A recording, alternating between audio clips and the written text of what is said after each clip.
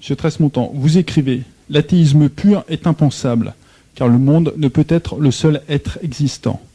Pouvez-vous nous résumer d'une manière synthétique votre raisonnement contre l'athéisme? Oui, bien sûr. Voilà. Première, en effet, évidence, c'est que l'athéisme est impensé et que, deuxièmement, il est impensable.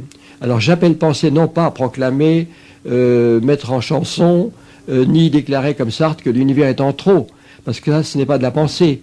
Ce sont des enfantillages, on lance des propositions en l'air qui retombent. Alors, pourquoi est-ce que l'athéisme est impensable aujourd'hui plus que jamais, plus qu'il ne l'a jamais été? Tout simplement parce que nous venons de découvrir au XXe siècle cette merveille des merveilles, à savoir que l'univers est comparable à une symphonie en train d'être composée, et qu'il y a toujours plus dans l'avenir que dans le passé. Et donc même si on laisse de côté le tout premier commencement de l'univers, puisque certains savants chipotent, laissons-le de côté, nous en faisons cadeau, puisque en réalité, toute l'histoire de l'univers depuis 20 milliards d'années, c'est une histoire de commencement d'être nouveau. Celui qui a vu cela le premier, c'est Bergson. En 1907, il a fait la grande découverte métaphysique que ce qu'on appelle le temps, c'est tout simplement la création continue d'imprévisibles nouveautés. Très grande découverte métaphysique. Il a vu que chaque instant, dans l'histoire de l'univers et de la nature, est un commencement d'être. Alors, le raisonnement est extrêmement simple.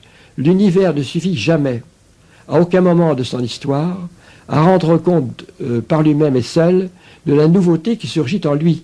Par exemple, il y a 4 milliards d'années, il n'y a pas d'êtres vivants dans l'univers.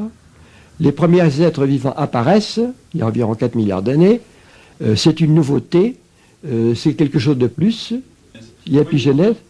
Alors, le mot épigénèse, c'est une vieille discussion des siècles passés concernant les préformationnistes, c'est-à-dire ceux qui disaient comme Leibniz, voilà, la doctrine de Leibniz est la suivante, le petit animal était préformé soit dans l'œuf, c'était une des deux écoles des préformationnistes, soit dans les spermatozoïdes. Et Leibniz raconte drôlement que, comme il était préformationniste, que tous les êtres vivants aujourd'hui se trouvaient dans les testicules du père Adam, et c'est ainsi, dit Leibniz, qu'était le luthérien, que nous avons tous commis le péché originel dans cet endroit vénérable. Alors, c'est simplement au XVIIIe, et Leibniz disait que des scientifiques avaient vu ces petits animalcules donc dans les spermatozoïdes, etc. Alors, d'autres, un peu plus tard, quelques savants ont établi avec certitude qu'il n'en est rien, que lors de la fécondation, comme tous les enfants de l'école communale le savent aujourd'hui, bon, un spermatozoïde dont on connaît bien maintenant la structure interne et un ovule s'unissent, communiquent leur message génétique, et l'être commence d'exister. Alors on appelle épigénèse le fait que l'être commence d'exister et qu'il n'était pas préformé. Alors l'univers est un système dans lequel tout commence d'exister, et il est impossible de concevoir et de penser que l'univers suffise à rendre compte tout seul, par lui-même, de cette nouveauté qui apparaît en lui.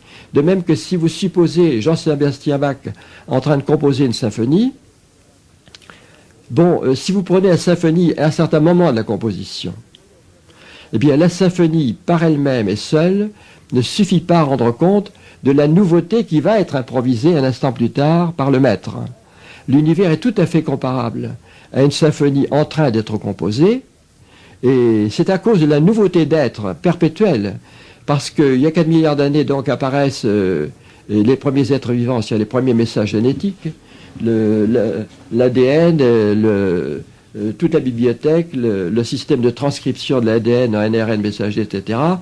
Tout ça apparaît il y a 4 milliards d'années, n'existait pas avant, et ensuite commence la longue histoire de ce qu'on appelle l'histoire naturelle, qu'on peut appeler aussi, si on veut, l'évolution biologique, c'est-à-dire l'apparition de messages génétiques de plus en plus riches en informations, qui n'existaient pas avant, avec des systèmes biologiques nouveaux qui n'existaient pas avant, et cela depuis le micro-organisme monocellulaire comparable à l'amibe, jusqu'à l'être le plus compliqué qui existe dans l'univers aujourd'hui à notre connaissance, c'est-à-dire le cerveau de l'homme, avec 200 milliards de neurones, me disait Grasset avant de mourir. On oscille, certains savants américains pensent à 100 milliards de neurones. Grasset me disait qu'après ses travaux à lui, il faut compter au moins 200 milliards de neurones, avec des milliers d'interconnexions entre les neurones, en sorte que le cerveau de l'homme aujourd'hui est le système le plus compliqué que nous connaissions dans l'histoire de l'univers. C'est une nouveauté qui vient d'apparaître, puisque nous, Cro-Magnon, nous datons d'il y a environ 100 000 ans, et donc l'histoire de l'univers est celle d'une innovation perpétuelle, c'est-à-dire d'une création continue et perpétuelle, et donc l'athéisme est strictement impensable et impensé. Et d'ailleurs, les maîtres de l'athéisme contemporain, Sartre, Madame de Beauvoir, Heidegger et les autres, ne se fatiguent pas du tout pour le penser, ni Camus ni les autres. Ils ne font qu'un effort. Voltaire disait dans une lettre à Madame du Défend, les athées d'aujourd'hui ne valent pas ceux d'autrefois. Parce que ceux d'autrefois, le bon baron d'Holbach, il faisait un effort pour penser à l'athéisme. Ils avaient une philosophie de la nature.